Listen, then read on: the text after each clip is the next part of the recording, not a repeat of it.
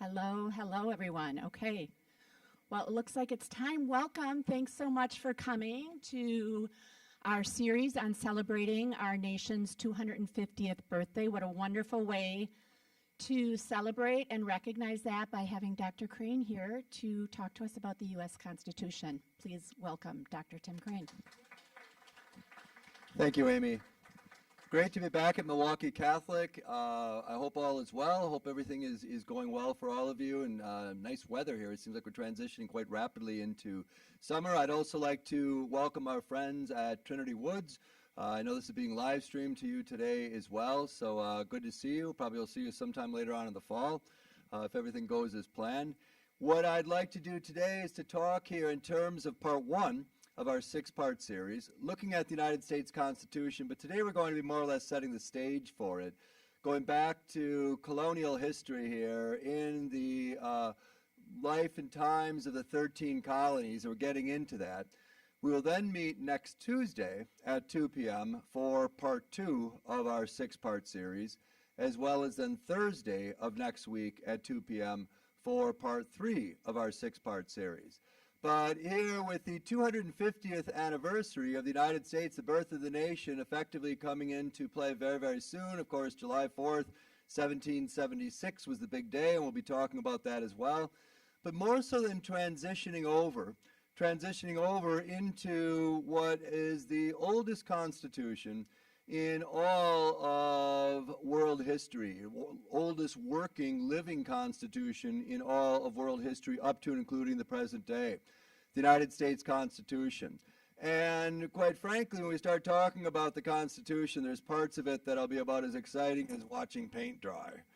So I promise you to try to make this as lively as possible here as we're going through it, because you'll have a much better idea in terms of the nation itself and the various paths that it will take. And all in all, it's unbelievable that this document, going all the way back, written primarily by James Madison in the summer of 1787 in Philadelphia, that he knew it was imperfect. He realized that, but he also wanted to make it here as flexible as possible for future generations. The population here of this new nation, the United States, in 1787 was very, very small. In fact, even by 1800, there were only 5 million residents, 5 million Americans in this entire nation. It would grow here, this immigrant nation for immigrant people would grow by leaps and bounds over the course of the 19th century and onwards as well into the 20th century. So the course of our time together will set the stage here, first and foremost, for the birth of this new nation, now 250 years ago. But also by the same end, looking at this document, the United States Constitution, and in terms of what makes it so important, what makes it here so significant, this experiment here for this new entity, heavily influenced, no doubt, by both the island nation of Britain as well as the European power of France. No doubt about that here. The founding fathers overwhelmingly, Ben Franklin, George Washington, Thomas Jefferson and company, they were all Francophiles. They all had here this huge love affair going with the French. But the British also are going to influence here this new republic. And few of the founding fathers would have any idea as to what would actually unfold in this nation as the decades, as the centuries here effectively progressed. Well, to open here, one of my favorite quotes of all regarding the Constitution is made by Gerald Early, stating the following: "There are only three things that America will be remembered for 2,000 years from now when they study this civilization: the Constitution, jazz music, and baseball. These are the three most beautiful things this culture has ever created." Well, for Milwaukee Brewer fans here, and I know there's a good many of you, time to look it up there. Woo! The smallest market here in all of Major League Baseball is more than holding its own near the top of all teams here throughout both the National and American League. Well, in this case, the Constitution is going to be put by Gerald Early into a category all of its own. But to have an idea in terms of how the Founding Fathers are going to be influenced by this and what ultimately all of this means, we're going to go back in time here to colonial America, actually even before colonial America, to look in terms of these two nations, And these two nations that will have the greatest influence on the United States in its entire history would be the island nation of Britain and the continental European power, the nation of France. To begin, in terms of European civilization, what you have is it is a centerpiece. It is a centerpiece here of global civilization going all the way back to the 1100s, all the way back here to the Middle Ages, back to the 1100s. And Alvin Toffler here would talk of these three great waves over the course of 5,000 years of recorded history. And the first great wave is the agricultural revolution. The agricultural revolution, which begins here in the 12th century or in the 1100s. It begins in Europe. It revolutionizes food production, life expectancy of a European in the 1100s, and it had been pretty much as such going back thousands of years before that. Life expectancy was about 36 years. 36 years. A lot of those numbers are skewed because of the high infant mortality rate, but life was very, very short. Very difficult, no doubt about that. Well, here with the onset of the agricultural revolution in Europe, in the 1100s, you have here these introductions of using oxen, or I should say using rather horses that had been oxen, but now using horses here to pull these heavy plows. You can dig much deeper into the soil. You're going to have here horseshoes for the horses, padded collars by the same token, and you're going to implement this three-field system. One field each year is going to sit completely empty, giving the soil an opportunity to regenerate, to improve, and indeed it would. And you would introduce here water mills and windmills. You'll have this huge surge of proteins into the European diet, and the life expectancy in about 50 years would increase from about 36 to roughly 46, 47 years of age. Pretty impressive. The agricultural revolution is going to make Europe, here in the 1100s, the most prominent civilization on the entire globe. It is going to leapfrog. It will leapfrog, in essence, over both the Islamic world, which had been tremendously prominent from 700 into the early 1100s, as well as Byzantine civilization, the eastern half of the former Roman Empire, which would also have been very, very prominent in this time, but it's the agricultural revolution that's going to push the Europeans into this top spot, this top position. Well, our second great wave in human history will be this industrial revolution. The industrial revolution here is going to have this mass migration of people going from rural areas, small towns and villages into cities. And the cities are going to grow by leaps and bounds here as people are going to be going to work in these very rudimentary factories, eventually here very advanced factories. And the first nation to industrialize will also be a European power, the island nation of Britain. The second nation to industrialize is going to be the nation of France. The Industrial Revolution ultimately divides the world into the haves and the have-nots. The third nation to industrialize here in the late 1700s and onwards into the early 1800s, the Germanic Confederation, or what eventually becomes known as the nation of Germany. What it's going to do here for Europe is it will make it even more powerful, more prominent. Here with this onset of the revolution starting in Britain in 1760, it divides the world into the haves and the have-nots. Nations that are modernized, that are industrialized, become very, very wealthy. Nations that aren't, do not. Mao Zedong referred here to the underdeveloped nations, including his nation of China, in the mid-20th century as third world nations.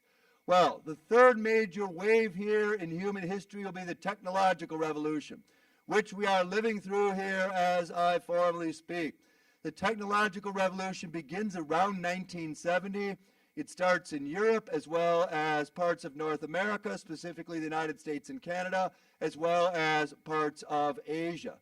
And the sky here is the limit. It's unbelievable, this transition, this transformation that all of us have experienced in our own lifetimes here due to this technological revolution. So you see here Europe playing a major role. It is at the forefront of the agricultural revolution as well as the industrial revolution, a major contributor too in terms of the technological revolution. And the overall significance is what we'll have here is the emergence of two great European powers. And these two great European powers are also two great European rivals. The nation here of Britain as well as the nation of France. Well, here, going back to the time period of the Middle Ages, the British and the French are both in a league of their own. This is long before the Industrial Revolution even begins. And what happens here is the island nation of Britain, controls in the 1300s, and it had, going all the way back to the 1000s, a good chunk of French territory, namely Normandy, but also parts of Brittany. And the French here are getting more and more prominent, more and more powerful. And what will happen here is in 1337, the English or British and the French are going to end up here engaged in war. Warfare was very, very common in the Middle Ages. And in this 100 Years' War, as it would become known as, here the English or the British have the upper hand throughout the entire war. However, in 1429, a 17-year-old French peasant girl by the name of Joan of Arc, she is functionally illiterate. What she is receiving here as she is out here working the fields is she's getting these mystical visions. She's hearing what she considers to be God, the voice of God, or the voice of angels, or whatever the case may be. And the French army is not doing well at this time in the 100 Years' War. And what she decides to do is to travel off to Paris, to travel off here to Paris from her rural abode not too far from Paris, to ask for an audience with the French king, Charles VII. Now, Charles VII is going to meet with this French peasant girl, and what she is going to do is she's going to tell him that in these mystical visions that she's receiving, that God is telling her to take control of the French army. She knows nothing here whatsoever about French military affairs in any way, shape, or form. Nevertheless, Charles VII realizes, what does he have to lose? And in 1429, he puts this teenage girl in charge of the French army. And the French army here is going to rebound unbelievably fashion, and they're going to put here the English forces or the British forces formally on the defensive. In 1431, after victory after victory after victory here for Joan of Arc and the French forces, she is going to be caught behind enemy lines, and she will be burned at the stake by the English soldiers here. They accuse her of blasphemy, that she heard the word of God or the angels or whatever the case would be. Well, her memory, she becomes even bigger in death than she was in life.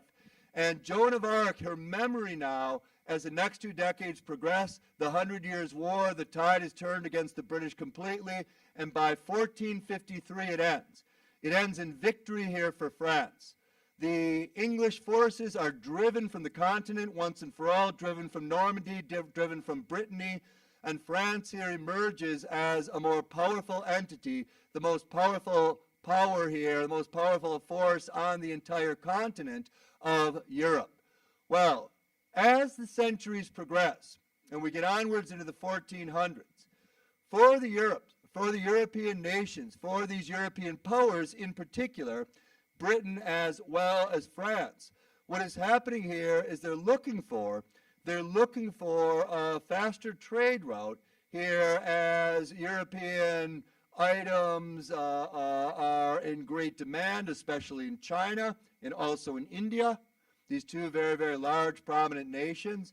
What the Europeans are doing, though, is they're sailing all the way around the southern coast of Africa, stopping at ports in Africa, but then they would continue on into the Indian Ocean, all the way on to the Pacific and to these Chinese markets.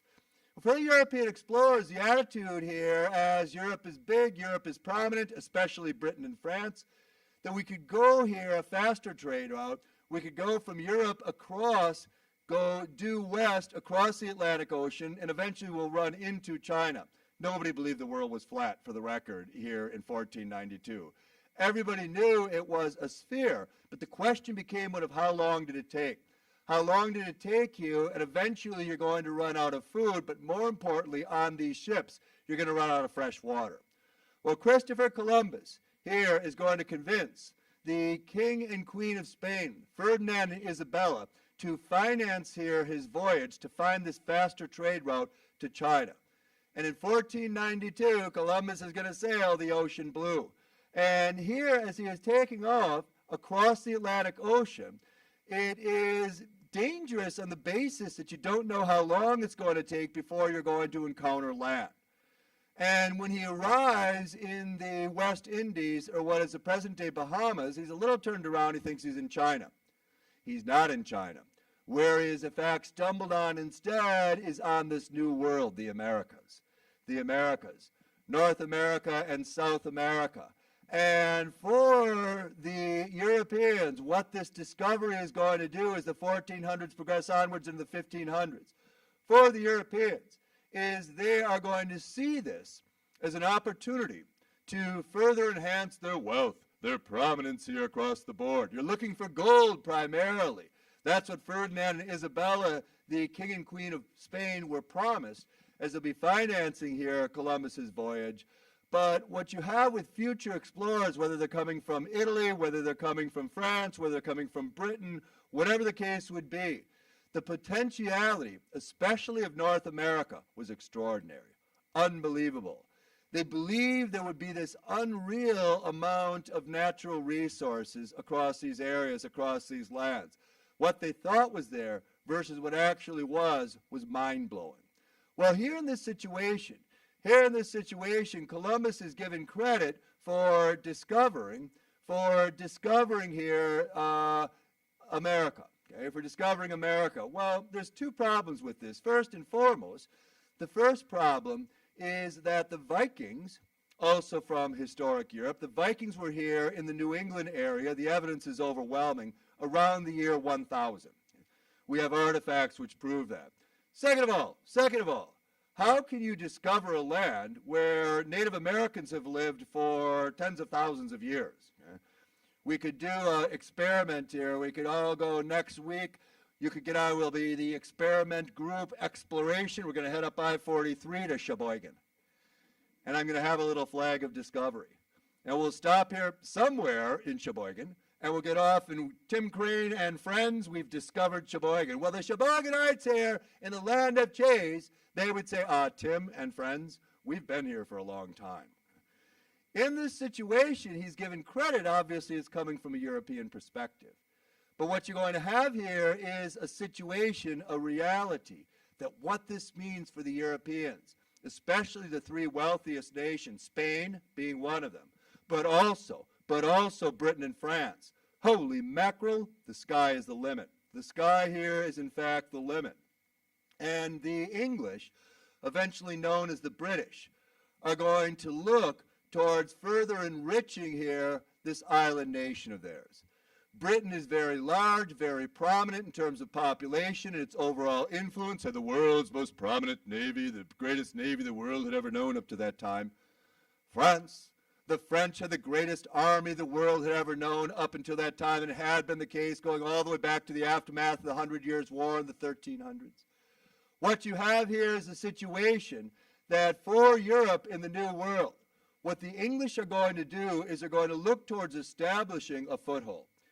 Convince here English citizens, convince British citizens, whether they be from England, whether they be from Scotland, whether they be from Wales, to travel across the Atlantic Ocean and to settle in these colonies along the eastern seaboard. You're taking a risk, you're taking a gamble, there's no doubt about that. But the British believe that the more people we can get here in North America, the better off we're going to be. The better off, in fact, we are going to informally be. The more powerful, the more prominent. We know this land, or we think this land is awesome. How awesome, we're not entirely sure. But for an island nation, it certainly is something that could give us a great deal of raw materials, a great deal of natural resources. We know that for a fact. This could help us and help us a tremendous level. In 1607, for the British, the experiment begins. The experiment begins here at Jamestown, 1607, the first American colony, and the first experiment. You have here about 80 people who are going to be settling in Jamestown on the east coast of North America at this time, east coast of what is the United States at this time. And here, to try and make it through the winter months was very, very difficult. They were woefully unprepared. And for the English here, the first experiment failed and failed miserably. And as the 1600s progressed, the English kept working towards it, kept working at it, because they know by the same token the French were doing the same. The French were doing the same. Wherever the British went, the French were going to go, and vice versa. Well, in this case, here, the British are slowly but sure, as the 1600s progress onwards, they're slowly but surely able to convince more and more settlers, more and more British citizens to move and join this experiment. There'll be safety in numbers. It'll take on a life of its own. Life was very, very difficult, no doubt about it. But they found a crop that was going to not just save the colonies here, this British experiment along the eastern seaboard is also going to soar to the high heavens. Tobacco. Tobacco. Woo! Tobacco here is not only going to save this British experiment in North America in the late 1600s, it is also going to make this American colony, our colonies, very, very profitable by the time we get into the mid-1700s. Very profitable, no doubt about that, along with other things added too. Well, from the standpoint of the French, as the British here have knocked out their territory, they have knocked down their territory of what they are in fact going to be using here along this region or along this area.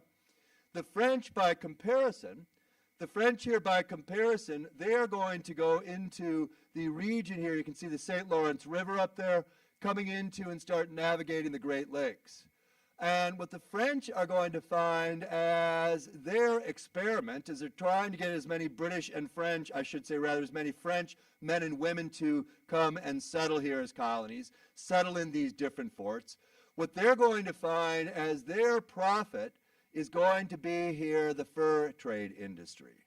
And they'll have all these different forts set up as well, okay? Montreal, Quebec, Green Bay, Alloway, Prairie du Chien, La Crosse, St. Louis. You get all the way here to the very end of as you're navigating down the Mississippi to New Orleans. New Orleans was a place here where the Capetian kings were always here coronated, not too far from Paris, and they name here this territory in Louisiana Territory, named after King Louis himself. They're going to name this here New Orleans, here at the very southern part, emptying into the Gulf of Mexico. Well, here, what happens is the French, they're trying to get as many French people over there as well to settle in what is part of present-day French Canada or different parts of the United States. However, they didn't have the same level of success. They had a fair amount of French men, but for French females, French ladies, children, not so interested. So the British here are going to be at a distinct advantage.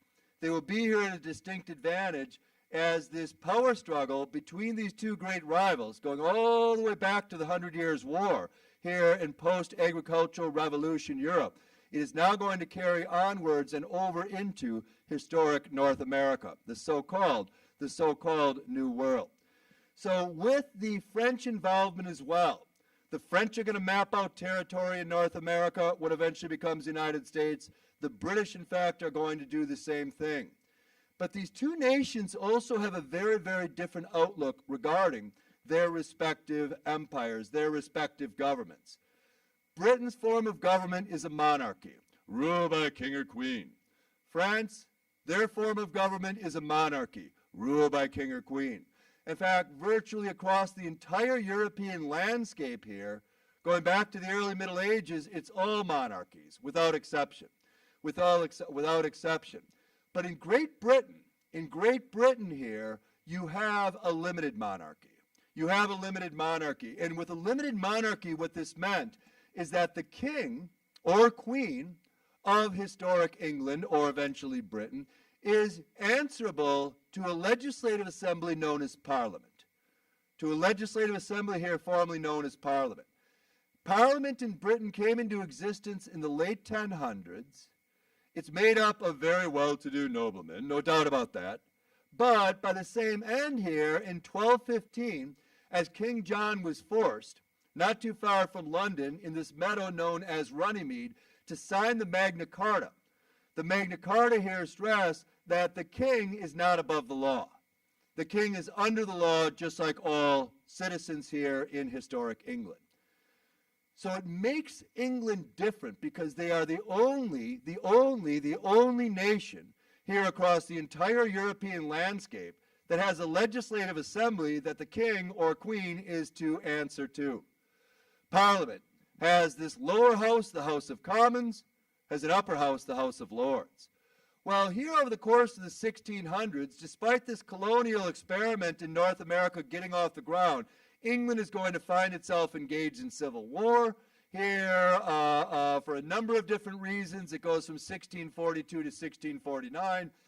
Following here the English Civil War in 1649, you end up with a glorious revolution. Here in 1688, more instability back on the island nation of historic Britain. But what you have here, once the Glorious Revolution is done in 1688, you have an island nation that from that time onwards would always have this incredible ability for compromise. Compromise. Don't see everything as black and white. See things rather as gray. To be agreeable here, to work through things is the wisest course of action as far as Britain was concerned, especially back at home, because the 1600s were a very, very turbulent time. The English would encourage here their citizenry to taking this step, going across the Atlantic Ocean. It's perfectly safe. The opportunities are endless to go here and continue as this colonial experiment in the 1700s grows and prospers. By comparison, France. The French, as I just referenced, they also have a monarchy, ruled by a king or queen. And here, with these French kings and queens, they see things completely different. There's no parliament. There's no legislative assembly. You believe here in divine right monarchy. What divine right monarchy means is as follows. You are God's representative on earth. And you are answerable only to God. So if some nobleman or some French citizen or whatever is going to question anything you do or say, your response here as king could be, excuse me, are you God? Oh, you're not. Okay. Therefore, you have no say here. Thank you very much. In this case, you're above it all. You are God's representative in France. This absolutist type of monarchy, be answerable to God and God alone. There's no legislative assembly. Greatest example here of an absolutist monarch, greatest example is Louis XIV. Louis XIV here, who rules France from 1638 to 1715. He is known as the Sun King, and he's this great admirer, though he's a Catholic, he's also this great admirer here of the Greek god Apollo, the god of wisdom, the god of intellect. Apollo wore all sorts of different hats here, going back into ancient Greek civilization, 500 BC. Well, for Louis XIV, the Sun King, as he would refer to as, he is going to build the greatest palace the world has ever known. His palace here at Versailles. And Versailles is over 1/3 of a mile long. In its heyday, it had 2,500 fountains on its beautiful grounds. If you ever go to Paris, if you've been there, probably take that 30-minute jaunt outside to Versailles. Unbelievable. It's not just the palace itself here in the present day that's so extraordinary. It's also the grounds and the flowers and how well kept everything is. Well, it is a palace and grounds made here for a king, made for this divine right monarch.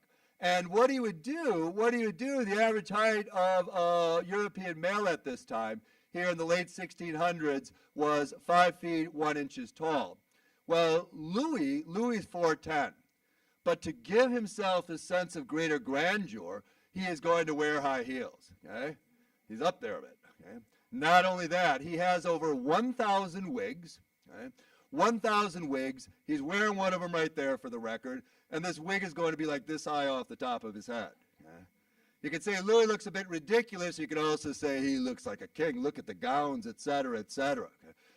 I used to always say to my college kids over the years that he wore a big wig. He had big hair like Tina Turner. And then I realized they had no idea who Tina Turner was. Wasn't good for my midlife crisis by any means. So I don't use the Tina Turner example any longer. But in this situation, the belief was, since he's God's representative on earth, if I'm ill, if I'm suffering from some sort of illness, and I touch his robes, something like Jesus, I'll be instantly healed because he's God's representative on earth. Well, this was the belief here, because this is what Louis told people. I can tell you straight out, you're not getting anywhere close to the king or his robes for that matter. But you have this individual who Louis is in love with Louis. And Louis firmly believes that he's God's representative on this earth, and he's going to build this beautiful palace at Versailles. The most extraordinary part of Versailles is the Hall of Mirrors, history of the making in the 19th and 20th century, the birth of the nation of Germany in 1871. The victory celebration is held in the Hall of Mirrors. The Treaty of Versailles, which ends World War I in 1918, in 1919, the Treaty of Versailles will be signed here as well in the Hall of Mirrors. It's a place for all sorts of major events. What's a major section here? A major section of the palace at Versailles. What does he do? He bankrupts the nation of France. He bankrupts the nation of France. And the problem here fundamentally is across all the continent of Europe, there are these Louis wannabes. And they're imitating him. They're imitating him. They want to build big palaces for themselves. They want these grand ballrooms. They want here to live the high life. They are God's representative for Austria, or God's representative here for the Italian states, or whatever the case would be, Bohemia or Bavaria, you name it. So in this situation in France, there's grave concern. There's grave concern here in the 1700s. And this grave concern is that what is going on? Oh my God, we have this king, we have this divine right monarch who firmly believes he's God's representative on earth, and he has spent on this stupid palace, he has spent us into oblivion. We are one of the two most powerful nations on planet Earth, and now we're bankrupt, thanks to this person. This is absurd, ridiculous, obscene, you name it. You have here this enlightenment, therefore, becoming the reaction to it. It's a reaction against Louis XIV, the Sun King, because he's bankrupted this nation by the early 1700s. And you have here these intellectuals in France who are going to be huge for the founding fathers of the United States. Absolutely huge. Voltaire. Voltaire here will be considered the father of the Enlightenment. The Enlightenment here, it's a sense here, this age of reason. What is reasonable? What is the right thing to do? What is the ethical thing to do? These became questions for these monarchies. Well, Voltaire argued as follows, that the goal here of a king of a nation should rule to glorify his nation, not to glorify himself. It's not all about yourself. It's not all about Louis XIV. He's been with, for all issues, looking back across the board, he has been here a disaster for France. He should be ruling here, or his successor needs to rule to glorify France, not himself. Montesquieu. Montesquieu is going to take his act on the road, another French philosopher. And Montesquieu in the 1700s is going to go looking all across Europe here for the best government. The best government. Now, they're all monarchies, but he finds his best government here with the British. The English form of government. And why? Simple, because you have Parliament. You have a legislative assembly that is a check on the power here of the king or queen on this island nation. So Montesquieu argues here that in France, we need a legislative assembly. We need here a legislative assembly.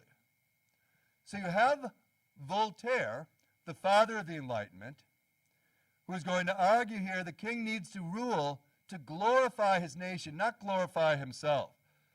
We have this French philosopher, Montesquieu, in the 1700s. He's the guy going out looking for the best form of government across all of historic Europe, and he finds it. He finds it with the island nation of Britain, the big rival to France. He finds it there because you have a legislative assembly. You have here a check on the overall power of the king or monarchy in general. Finally, we have Rousseau. And what Rousseau is going to do, as was also the case with Voltaire and Montesquieu and all of these scores of philosophers, is he is going to write. He is going to write here about these monarchies and the need to reform. And Rousseau is going to stress, here in the 1700s in his famous work, Social Contract, that if a king is corrupt and is abusing his power, it is the duty of the citizenry to rise up and overthrow that unjust ruler. Rise up and overthrow that unjust ruler once and for all. Here, in the American colonies, as they're gaining more and more traction in the early 1700s and onwards into the mid-1700s, what you have is you have these two nations heavily involved. The island nation of Britain, who has had a great deal of success. What do I mean by that? 90% of the population here in North America coming from Europe, they're British colonialists. They came from the island nation of Britain, 90% who are settling here in North America. Remaining 10%, French. So you have here a significant advantage. Both populations are still very, very small, but you have a significant advantage, no doubt about that. France, by comparison, is in this absolutist monarchy. It is stuck here in this absolutist monarchy. Well, with the social contract of 1762, it is so controversial, it's banned. It's going to be banned here by the French monarchy in this nation of France. 38% of the population of France at this time is functionally literate. We can't have such radical writings. Simply out of the question. However, in the American colonies, they are going to read this. They will read this. And they find it interesting. Most interesting. What you have here is a situation in red that represents the areas here that the British control, pretty much the eastern seaboard, 1750. In that nice blue, including here, the land of cheese, Wisconsin, you can see it's part of the French Empire. In blue, it's French. Coming all the way through, all the way down, the Great Lakes, the navigation, the Mississippi River, Father Marquette probably would remember as well. Prominent here in this time period too. So you have here also in orange, this represents territories that the third major power in Europe laid claim to fame, and that would be Spain. Well, as the 1700s progress, this rivalry between Britain and France, this rivalry here is going to spill over, it's going to carry over into the New World, the so-called New World, North America. And what happens here is as follows. Since the British colonies make up 90% of the population here of these European newcomers, now we're talking 4 generations, 5 generations later, long after the Jamestown experiment from 1607. What they want to start doing is they want to start pushing here into this area, what is present-day Ohio, Indiana, parts of Pennsylvania. They want to start pushing into what is known as the Ohio Valley, pushing into French turf. What the French had done is these French males, they are doing fine, they've got a job, they're working here as fur trappers, but what they're oftentimes doing is they're working very, very well with Native American tribes. And these French fur trappers are marrying in to these Native American tribes. There's literally hundreds of Native American tribes. They're marrying in, they're becoming part here of the Navajo or the Ojibwe or whatever would be the case. And in this sense, it's a close working relationship between the French and the Native Americans. By comparison, for the British, they saw this here not as a policy of assimilation. They were convinced it wouldn't work, and they probably were correct at this time. So what they would do here is they would keep forcing here the Native American tribes further west, further west. So from the standpoint of the Native American tribes, as far as they were concerned, the French were far more agreeable. They had a strong working relationship, or at least decent working relationship with the French, especially compared to the British. Well, now as the British are going to start pushing into the Ohio Valley, as they're going to start pushing here into the Ohio Valley, the American colonies are interested in this because it's more land, which is going to mean more wealth, which is going to mean here perhaps more and more citizens coming from Britain. First generation, second generation become stronger and stronger here as the years progress. So they're all for it, the American colonies. And in 1754, the French decide enough was enough in terms of this encroachment on the part of the British into the Ohio Valley, the far western part of Pennsylvania in the present day, as well as the state of Ohio and into Indiana. And the net result would be the French and Indian War, 1754 to 1763. Well, this war is actually in the area of North America, but the French and British are also going at it on the continent. So it's like two different theaters. Well, here, what happens? You have the British and the American colonies, George Washington, the eventual father of our country. George Washington here is going to fight prominently on the side of the British. with his American colonial forces, because they're looking to push in, they're looking to expand here in the Ohio Valley. They've got numbers. They've got numbers. They represent 90% of the European settlers. This is where they're moving. This land is perfect for farming. And by the same end, the French are basically saying, listen, we had marked all this land off as ours. It's part of the blue territory. And they're going to have the Native Americans standing with them here fighting shoulder to shoulder. Well, in this French and Indian War, it finally ends in 1763. And what happens here at the Treaty of Paris in 1763? The French lose. The French lose, and the French here have to give up. They have to give up the entire Ohio Valley. It's a bitter, bitter pill for the French to effectively swallow. And you also have, at this time, Britain has a new king. And this new king is George III. George III. And George III here came to be the new king of Britain, going all the way back to 1760, and he would be in British history the longest reigning British monarch of all, until he'd be surpassed by Queen Victoria, who ruled from 1837 to 1901. And then Queen Victoria would be surpassed by Queen Elizabeth II, who's the longest monarch, not by much, but she's the longest monarch, followed by Victoria, followed here by George III.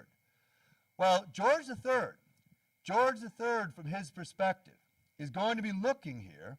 He is going to be looking at this setup, at this situation, along the eastern seaboard, and what he sees here, what he sees for these American colonies, what he sees for these American colonies is he sees a tremendous amount of potential. Finally here, in the 1760s, the American colonies, sizable in number, you've got over 2 million people at this time, decent size. Finally, after more than a century of British investment, they have become quite profitable. In fact, Britain here is establishing these colonies all across the globe in the second half of the 17th century, or 1700s, I should say, but none of them at this time are as profitable as the 13 American colonies here along this eastern seaboard. And now you also have victory. You have victory here in this French and Indian War against the French, the great rivals to Britain. They lost, we won, etc. The Ohio country, the Ohio Valley, this area is now all of ours. And you also here have a sense of optimism. You're very, very upbeat regarding the future prospects. Well, George III here could not be more pleased. He couldn't be more pleased. But he has concerns, and these concerns are brought to him by members of Parliament, the Legislative Assembly, who of course he works with. The king has a fair amount of say, control in terms of foreign policy. Parliament pretty much rules the roost regarding domestic policy. But the colonies here, these 13 colonies along the eastern seaboard of the United States, or what's going to eventually be, I should say, the United States, these 13 colonies here, the concern is that, okay, we have a strong force, we have a strong entity, these 13 colonies. It's turned a corner, and turned a corner in a pretty significant way. But, by the same end, number one, we need to protect these colonies, because we know these Native American tribes who grossly outnumber these British subjects of ours are going to become more and more angry as they feel they're losing more and more of their land. So what had been here fairly low-level attacks from these Native American tribes, it's going to intensify. It's going to intensify.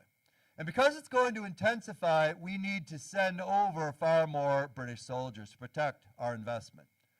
To protect here our investment. Yes, the Americans had their own militias. They helped us. We appreciate that. Very nice. But we're going to have to literally triple the amount of British soldiers to protect here our investment, to protect our colonies from these Native American attacks. Number two, because the colonies have gotten all the larger and more self-sufficient, to make them more, probably the easiest thing is to make it easier to rule over them. We need to bring in more governmental figures.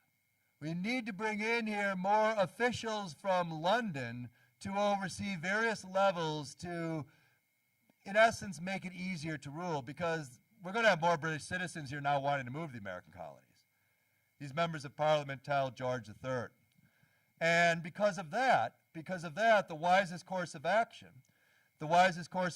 here is for us. It is for us to basically triple the amount of forces, increase the amount of governmental figures. Well, Parliament, by the same end, their attitude here is that the American colonies, we've carried them for over 100 years. It's time for them to stand on their own 2 feet. It is time for them here to basically pay their fair share, which they're not doing. And since we have to triple the amount of soldiers, we're going to come close to tripling the amount of governmental figures. We're going to tax them for that. We're going to increase taxes. Well, the problem here for the American colonies is as follows. For many of them, yes, indeed, they're first generation. They had been born back in Britain, and they took this journey with their parents, or maybe as young people themselves, across the Atlantic Ocean in search of a better life. It's a gamble, no doubt about it, but you can always go back. You can always go back to Britain here in the mid-1700s if all else failed. But you took the step, the vast majority of cases you didn't. But when you arrived and you'd been here for 10 years, 15 years, 20 years, you get used to this culture. It's different. They're so far removed, thousands of miles removed here from the island of Britain, and you've got second generation and third generation American colonies here that see things in a very, very different light compared to how somebody in London would see something. Somebody in Birmingham or Manchester or Liverpool, all these industrial cities, how they would in fact here view things that are starting to get off the ground as this modernization process continues. So you're having in this British colony more and more of an American identity. It's different. It's different. And when Parliament decides here that we are going to start taxing these American colonies, we are going to start taxing here these American colonies, the American colonies had been so isolated, so far removed that they recognized the British tie. There's no doubt about that. But we're also very, very different from Britain. And as far as the American colonies were concerned, absolutely not. We're not paying these taxes. Are you kidding me? We're not paying these taxes. This is outrageous. This is absolutely outrageous. Well, as far as Parliament is concerned, Parliament here is going to impose what it sees as domestic policy, 1764, the sugar tax. The sugar tax. So all tax on sugar is all sugar here coming into the colonies is going to be effectively taxed. It hadn't been the case before. Well, the Americans here love sugar. This was not good news, not by any stretch of the imagination, and they protested this. Well, it didn't matter, because next was going to be the stamp tax. The stamp tax in 1765 was going to be added. And Parliament here was informing the American colonies, okay, you are colonies. We carried you for 100 years. It's time for you to pay your fair share. We have to bring in soldiers. We're tripling the amount of soldiers to protect you. There are really no other options. 1767, following up from that, would be the duty tax. The duty tax. And in this situation here, you're going to be taxing lead, you're going to be taxing windows, you're going to be taxing all sorts of things. All documents are going to be here taxed and taxed and taxed some more. And in this situation, it becomes utterly, completely outrageous. Tea is also going to be here formally taxed. it will also be taxed by the forces of Parliament here in Great Britain. Well, the American colonies begin stressing to the British, we are your most profitable colony, and this is really unfair. If you're going to tax us, that's fine, but then we want representation on the floor of Parliament in London. No taxation without representation. We don't have a voice. We're paying like British taxpayers are paying, but there's no voice for us back in Britain. You can do whatever you want to us, and that's not right. That's not fair, and it needs to stop. Well, in this situation here, George III is going to intervene. And George III, he's going to take the side of the colonies. George III can see the big picture. And what the British know here for sure, with their colonial experiment that's now gotten quite profitable, despite the fact it's very small in numbers still, what George III and the British realize, Parliament knows it, the monarchy knows it, etc., they're going to lose the American colonies. They're going to lose the American colonies. It's not a question of if, it's a question of when. Most likely, it's going to be in the early 1800s. There's absolutely no way Britain knows that they can hold out of these colonies. But it's become this cash cow. You're making a profit. You're the world's most prominent nation, either you or France. And in this case, you want to keep this good thing going for as long as you can. For as long as, in fact, you can. Well, George III tells members of Parliament that some of these taxes, it's a little over the top. And the stamp tax, it's going to be repealed. The duty tax is also all these duties, I was saying, on glass, etc. All the duty taxes, they're going to be repealed as well, with the exception of the tax on tea. Well, what this did here is that when the British backed down, when the British, in fact, here formally backed down in 1772, as far as the American colonies are concerned, especially one of the 13 colonies, Massachusetts, that is forever this thorn in the side to the British. This is where a lot of the real hotheads, the British call them, are coming forth from, especially that city of Boston. In this situation here, what Boston merchants here decide, because they're losing money because of this tea tax that they still have to pay, despite the fact that all the other duty taxes have been removed, what they do is they dress up as Native Americans, these merchants, and they go on board these ships in the Boston Harbor and they dump over all the tea, throw it overboard, destroying all of it. And it's a case here in these disguises, obviously the British know it's all Boston merchants who have created this act of vandalism or carried it out. And as far as the British are concerned in 1772, enough is enough. And King George III was sympathetic up until this time, but the attitude here was one of, you don't get it, you're a colony. You're a colony, you're under our control. What we say goes. But by the same end here, you have the Americans who are children of that French Enlightenment. And if you have a monarchy, in the words of Rousseau and his social contract, if you have a monarchy that is unjust, it is your responsibility to rise up and overthrow this injustice. Patrick Henry, give me liberty or give me death. When the British heard that, they're like, give me a break. You're so used and abused. Oh my God, you have to pay taxes for your protection. And this is the response we get, really. Well, after the Boston Tea Party in 1772, Britain decided enough's enough. And Parliament is going to pass the coercive acts. The coercive acts. What the coercive acts here are going to be directed at primarily, they're going to be directed at Massachusetts, especially Boston. Boston Harbor is completely closed. You're going to destroy here the economy of the Bostonians. Whether they're relying on the harbor or not didn't matter. By the same end here, you are going to have Boston is going to be infiltrated with literally thousands of British soldiers who are going to take up residence here in the homes of the Bostonians. The Bostonians, you can go find somewhere else to live for the time being.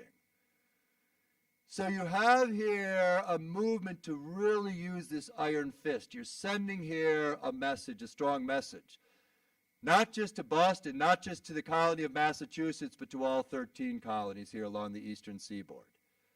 And what makes it all the more repulsive as far as the American colonies are concerned is that just a few weeks later, in 1774, the British passed the Quebec Act. And what is the Quebec Act? What does this do? What this does is it gives here independence to Canada. Oh, the Canadians.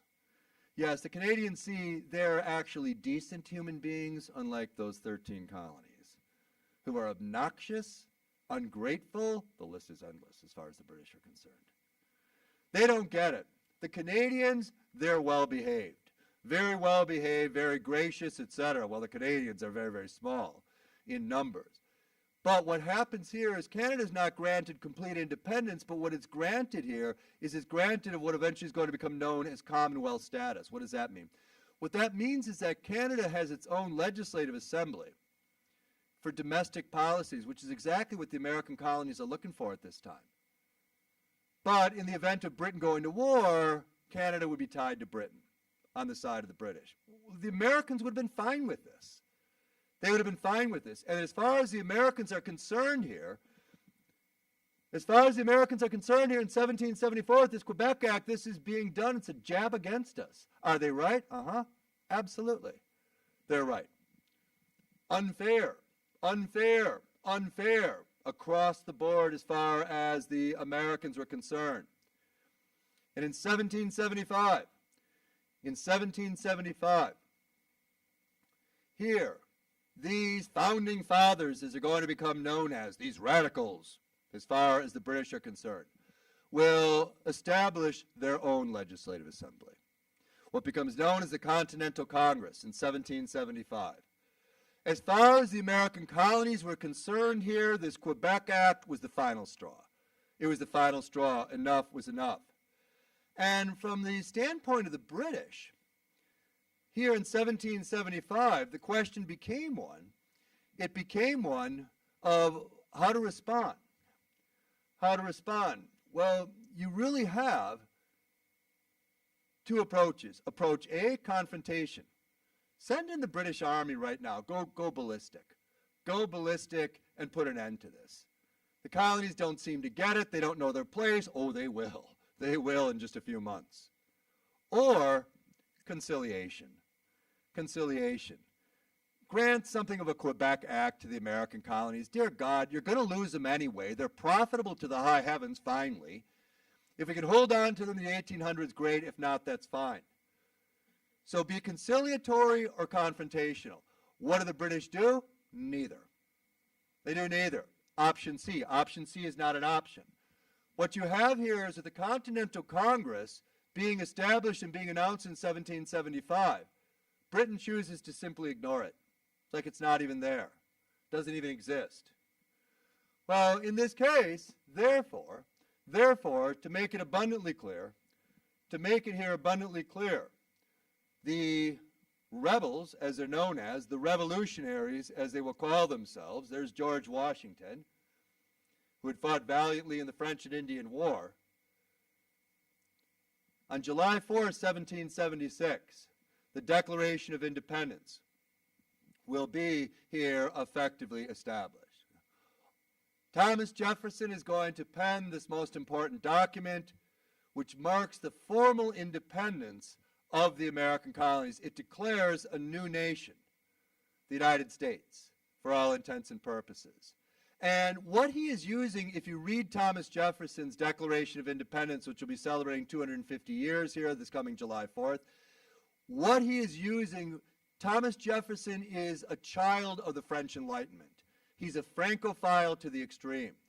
And if you read here the Declaration of Independence and you're reading here the work of the French philosophes, it comes literally right out of this French Enlightenment.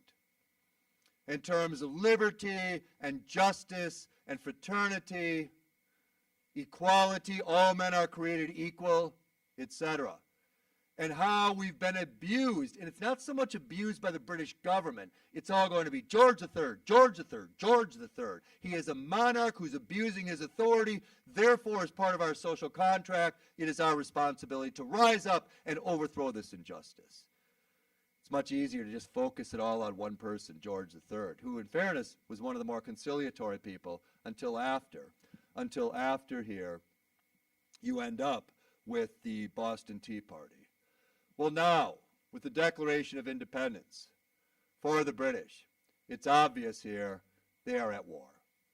And for the British, once again, it's a case, you know you're going to lose the American colonies by the early 1800s, 1776. By the same end here, you're going to, maybe should you let them go now, or maybe some sort of way of devolved government or independence? Or should we go over here with all cannons blazing, so on and so forth, blasting away? What should we do with this? How should we approach it? That was a question, and a very, very significant question here for George III, who is largely going to be conducting the war, having as much of a say as possible in terms of foreign policy. It'd be viewed as foreign policy as such. But the issue here is that Parliament is also closely monitoring matters. For the Americans here, heading into this American Revolutionary War, what the British would call the War in the Colonies, for the Americans, what you have here going into this war is a sense that there is no way the Americans can win. Absolutely, positively, no way.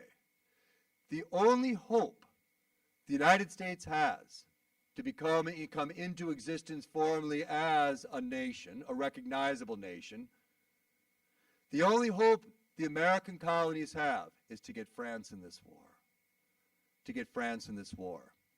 If George Washington and John Adams and Ben Franklin and Thomas Jefferson and James Madison, the list goes on, if they can convince the French to come into this war here along the eastern seaboard and join with the American colonies have a chance. Otherwise, they're going to lose. There is no doubt whatsoever they are going to lose. And behind the scenes, as this war effectively begins, 1776, with this act of treason, this Declaration of Independence, the first point of business is to get France on the side of the American colonies. As to whether or not that will be successful, we will see in our presentation next time and transition then over into the Constitution itself. Thank you so very much. Thank you. Any questions at all before we formally break up today? Okay. If you have any questions, swing on up. Otherwise, thanks for being here today. I look forward to seeing you again next week. Thank you. Take care.